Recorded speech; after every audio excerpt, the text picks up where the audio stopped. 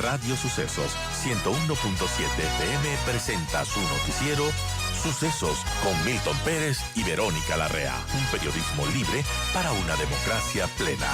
Los hechos y las opiniones de los sucesos que marcan nuestro tiempo.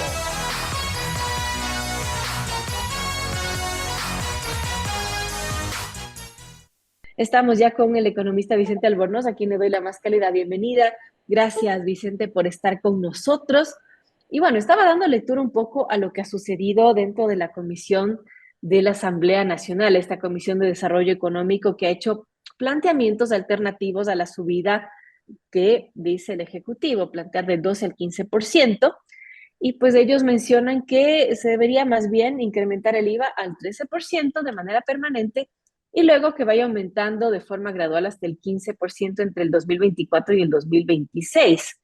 También se plantea, por ejemplo, una contribución a las empresas por utilidades extraordinarias durante el periodo fiscal 2022 frente al 2021, un incremento que debe ser, según han dicho, del 50% con relación al año anterior, y un impuesto a los bancos que hayan tenido de utilidad superior a los 10 millones de dólares. ¿Cómo ve estos planteamientos alternativos a la simple alzada del IVA del 12 al 15%? Bienvenido, economista.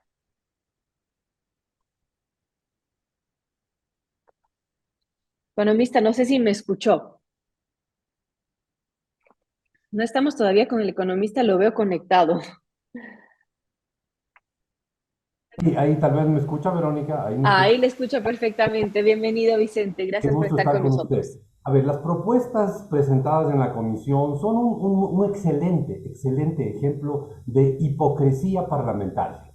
O sea, lo que tiene usted ahí es un montón de parlamentarios diciendo, uy, sí ha habido una crisis, sí ha habido un gobierno sin plata, pero yo no quiero, entre comillas, mancharme las manos subiendo impuestos, entonces me invento un montón de cosas para que no digan que yo subí impuestos. Pero la verdad, sí sé que hay un problema y reconozco que hay un problema, pero no voy a tomar la responsabilidad, no tengo la valentía de tomar la responsabilidad de hacer algo necesario, pero que podría ser utilizado políticamente por sus adversarios.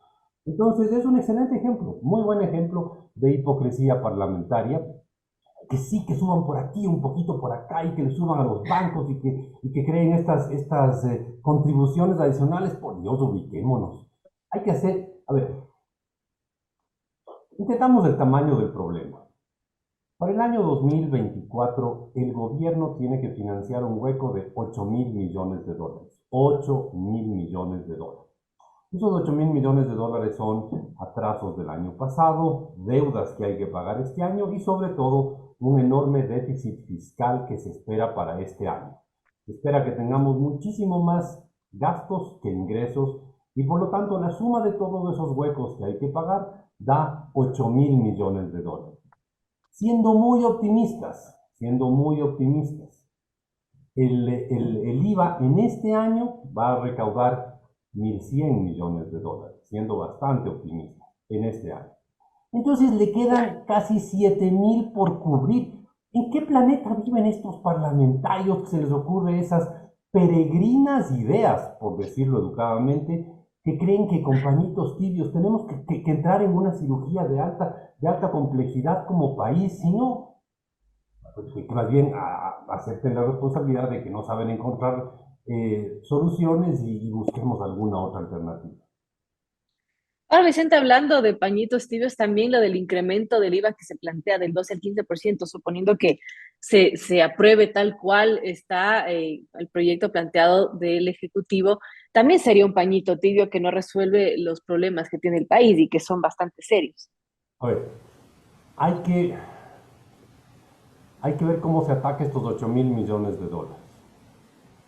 Un ataque, a ver, tenemos que entender que el país como tal no puede hacer un ajuste de 8.000 millones de dólares en un año.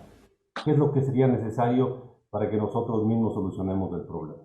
Entonces, el anterior ministro de Finanzas hizo un trabajo tan descuidado, por decirlo muy educadamente, que nos deja un hueco de 8.000 millones de dólares para este año. 8.000 millones de dólares. Entonces, no podemos solucionar el tema solos. Tenemos que encontrar ayuda afuera. Usted justo hace unos instantes decía cómo era el riesgo país. Y el riesgo país si bien mide la probabilidad de que un país deje de pagar sus deudas, también nos dice cuánto nos costaría endeudarnos. Así Entonces, es. endeudarnos en el mercado internacional es una absoluta utopía. No se puede, no podemos endeudarnos en el mercado internacional. Ok, entonces, no podemos endeudarnos en el mercado internacional, tenemos un hueco de 8.000 millones de dólares, ¿cómo lo solucionamos? La única manera es conseguir en algún lado préstamos, que alguien nos preste plata. ¿Quién nos puede prestar plata? Fondo Monetario, Banco Mundial. ¿Qué problema tienen esas instituciones? Ellos vienen y nos dicen, a ver, señores, ustedes subieron el impuesto a la renta en el 2021, y en el 2021 y en el 2022 lo bajaron. Perdón, subieron en el 2022 y lo bajaron en el 2023. Ustedes decidieron que no quieren explotar el Yasuní, con lo Así cual es. hay que reducir en un, no sé, un 15% uno de los importantes ingresos del Estado. Y ustedes están bloqueando inversiones en minería. Señores, ustedes son soberanos, hagan lo que quieran, pero no me pidan plata a mí para financiar lo que ustedes deciden que ya no quieren tener ingresos. Ustedes, su Corte Constitucional, aprobó un aumento importantísimo en los salarios de los profesores de su país. Qué lindo que sus profesores ganen más, pero ustedes vean de dónde sacan la plata para financiarles. Entonces, nos van a decir, vea, yo no les puedo dar plata en la situación actual. ¿De dónde sacamos plata? Entonces hay que decirles, ok, señores del Fondo Monetario, del Banco Mundial, del BID, que son los únicos que nos pueden prestar porque ni los chinos nos pueden prestar ahorita. Señores, ok, miren, vamos a hacer un esfuerzo los ecuatorianos, vamos a subir este impuesto. Entonces, si logramos subir ese impuesto, vamos a poder sentarnos en una mesa con el Fondo Monetario y decirle, a ver, señores, ayúdenos a salir de este hueco. Y ojalá logremos convencerles. Nos van a decir, a ver, yo les ayudo, pero necesitamos algún otro ajuste, alguna otra cosa. O sea, yo les puedo ayudar en parte a financiar ese hueco de 8.000, pero ustedes Claro. tienen que financiar el resto. Entonces, este aumento del IVA es un primer paso hacia crear el ambiente adecuado para recibir un financiamiento externo. Si no, no cerramos el 2024, así de sencillo, no cerramos el 2024. Y sí, puede sonar a pañito tibio esto, pero en la práctica lo que necesitamos es hacer este aumento más otros ajustes que pueden ser o aumentos de ingresos del gobierno o reducción de gastos del gobierno. Ambas son políticamente bien difíciles de hacer. Veamos qué sale. Hay otro tema que es recurrente y que se menciona, pero que es un tabú en nuestro país, topar los subsidios a los combustibles, Vicente. Bueno, también hay que hacer eso, y así de directo, hay que hacer eso. O sea, no es que sería una buena idea, no, hay que hacer eso. Tenemos que ir en esa dirección. No es posible que tenemos un país con un déficit. A ver, verá, el sector público del Ecuador, el sector público en su totalidad, ha tenido déficits todos los años, desde el 2009 en adelante, todos los años. En unos años enorme, en otros años pequeño, en otros años bien pequeños. En el 2022 fue bien pequeño, no se ha publicado el dato del 2023 todavía, pero todos los años ha tenido déficit. ¿Qué significa? Ha tenido más gastos que ingresos. ¿Ya? Entonces, no puede ser que un país que tiene un déficit estructural de ese tamaño destine unos 4.000 millones de dólares, digo, así es aproximado el dato porque no es muy fácil de calcular, pero que destine unos Claro. 4.000 millones de dólares a financiar subsidios a quienes tenemos autos de 6 cilindros. Me parece absurdo que un país haga eso. Y claro, también financiar a los contrabandistas y, dicen las malas lenguas, que también subsidiamos a los laboratorios que producen cocaína en el sur de Colombia, a los que proveemos con gasolina y diésel barato para que produzcan cocaína. ¿Se da cuenta usted de ese absurdo? Hay que reducir los Claro. subsidios a los combustibles y lo ideal sería mañana matar todos los combustibles. Sabemos que políticamente eso es inviable. La segunda alternativa es um, buscar algún tipo de enfocar los subsidios, dirigir a quienes más los necesitan. Por ejemplo, subsidiar solo el transporte público urbano de personas, y no subsidiar a nadie más. Claro. No es fácil, técnicamente no es fácil decir A usted, bucero urbano, sí, a usted que tiene un camión, no, a usted que tiene un tractor, tampoco, a usted que tiene un auto de 6 cilindros, tampoco, no qué sé. Eh, es complicado esa focalización del subsidio, pero tenemos que ir también en esa dirección. Y eso es algo que yo no entiendo cómo no tenemos hordas de jóvenes existiendo eso. Los jóvenes que son tan amantes de la naturaleza, parece que no les importa que subsidiamos a los que contaminan. Suena muy complejo todo lo que se tiene que hacer y sobre todo si es que, bueno, si es que se pide más préstamos, estaríamos llenando, digamos, un huequito, pero cavando otro hueco que más adelante igualmente se va a tener que ser No, no, llenado. ¿Y cómo podemos vivir con eso? porque pedimos un préstamo para seguir ajustando. Y el año Claro. 2025 debería ser en la misma dirección y el 2026 en la misma dirección, hasta poder equilibrar un montón de desequilibrios que heredamos del anterior gobierno, sí es verdad, pero tenemos que equilibrar eso, ¿no? Ya, no es este el gobierno que lo creó, el gobierno anterior no lo redujo, hace 2 gobiernos se crearon esos desequilibrios, un gobierno enorme con unos sueldos muy altos. En el Ecuador no es tanto el número de empleados públicos, que sí está inflado, pero más problemático es el nivel de sueldos de los empleados públicos. Ganan bien, muy bien, en Claro. relación al sector privado, ¿no? Ojalá todos ganáramos más, ¿no? Privados, públicos, ojalá toditos ganáramos más, pero en la práctica tenemos un sector público bien caro de mantener. ¿Ya? Entonces, Así es. tenemos que ir equilibrando eso y es un trabajo de años. En algo se caminó el primer año del gobierno de Lazo, después no sé qué les pasó, perdieron el norte y empezaron a ir en la dirección inversa y ahorita hay que empezar a equilibrar. Pero claro, lo ideal sería equilibrar esto de a poco y no, o sea, imagínense lo que sería hacer un ajuste de 8.000 millones en este año, es inmanejable. Ojalá ese ajuste se hiciera en 2, 3 años. Y hay una cosa interesantísima que usted dijo antes de esta entrevista. El riesgo país ha caído. Está altísimo, pero ha caído. ¿Y sabe Pero por ha qué ha caído unos caído? 30 puntitos. Ya, pero llegó a 2.000, llegó a más de 2.000 y ahora está en mil Así es. ochocientos. Ya, 1.800 es un montón, es altísimo. Pero estuvo 200 puntos más altos. ¿Por qué cayó? Básicamente porque los inversionistas ven que en el Ecuador hay un gobierno diciendo, sí, por más antipático que sea, yo tengo que hacer algún tipo de ajuste a la economía para poder seguir funcionando. Y eso, la sola conciencia de que el gobierno sabe que hay que ajustar la economía para funcionar, ya les da espacio a los inversionistas para ser un poquito menos pesimistas y bajar el riesgo país del Ecuador.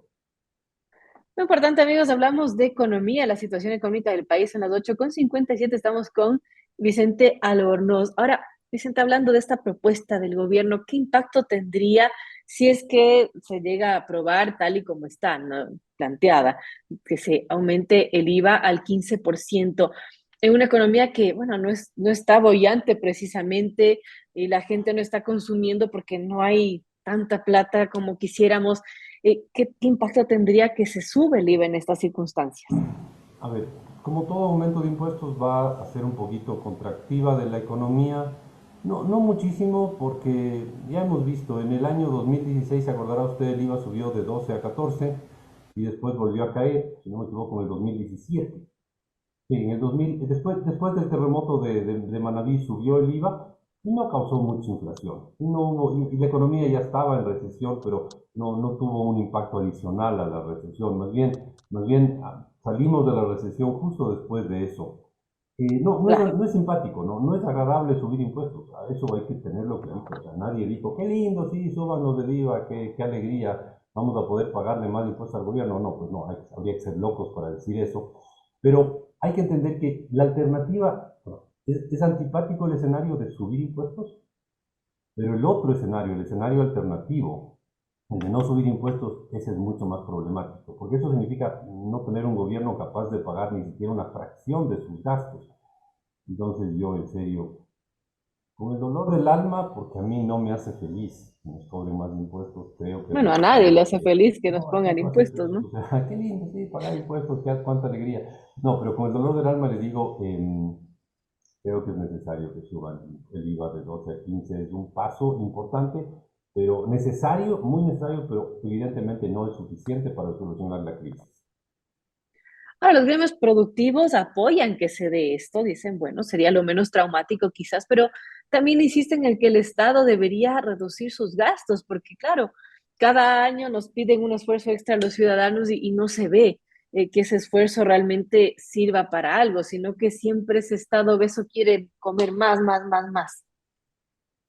Sí, así es el Estado, le gusta comer más, más, más, más. Siempre lo que tenemos que hacer es los ciudadanos no dejarle. No, no, o sea, uno dice, sí, sí, esos políticos malvados que rebuscan el tamaño del Estado. A ver, si hacemos una consulta popular para bajar los sueldos de los profesores de los colegios públicos, ¿gana o pierde? Bien, es impopular. Si hacemos una consulta popular para bajar los sueldos del sector público, ¿gana o pierde? Pierde, es impopular. Bien, Si sale un diputado y dice, un candidato a diputado y dice, yo voy a subir los sueldos de los empleados públicos para que les den mejor servicio, ¿gana o pierde? Gana, pues. Entonces, somos los ecuatorianos los que elegimos ese tipo de políticos que a su vez deciden ese tipo de políticas. No sé si me explico. Elegimos los políticos que deciden las políticas de educación, de salud, de defensa, como las que describo, y que en el fondo, como son pasajeros, no les importa subir un poco los salarios, quedar bien con los funcionarios públicos del momento y seguir trabajando. Tenemos que pensar en elegir de una manera diferente a los diputados de este país, a los políticos de este país. Y tenemos que, ¿se imagina usted un país que fuera capaz de elegir un diputado o un presidente que digan, yo voy a reducir el gasto público y voy a subir impuestos? Ese día tendremos la difícil, ¿no? madurez política necesaria para salir adelante. Eso sería, bueno, un poquito utópico porque no son populares esas declaraciones, pero bueno, es quizás lo real, no lo que nos dicen los populistas y que luego nos mienten en la cara, ¿no? Cuando una vez que les elegimos, igual nos suben impuestos. En fin, gracias a Vicente Albornoz por estar con nosotros. Y hemos hablado de economía y bueno, las posibilidades que tiene el gobierno, el Estado ecuatoriano para poder tapar esos huecos, esos déficits fiscales que ha venido acumulando. Gracias nuevamente, Vicente.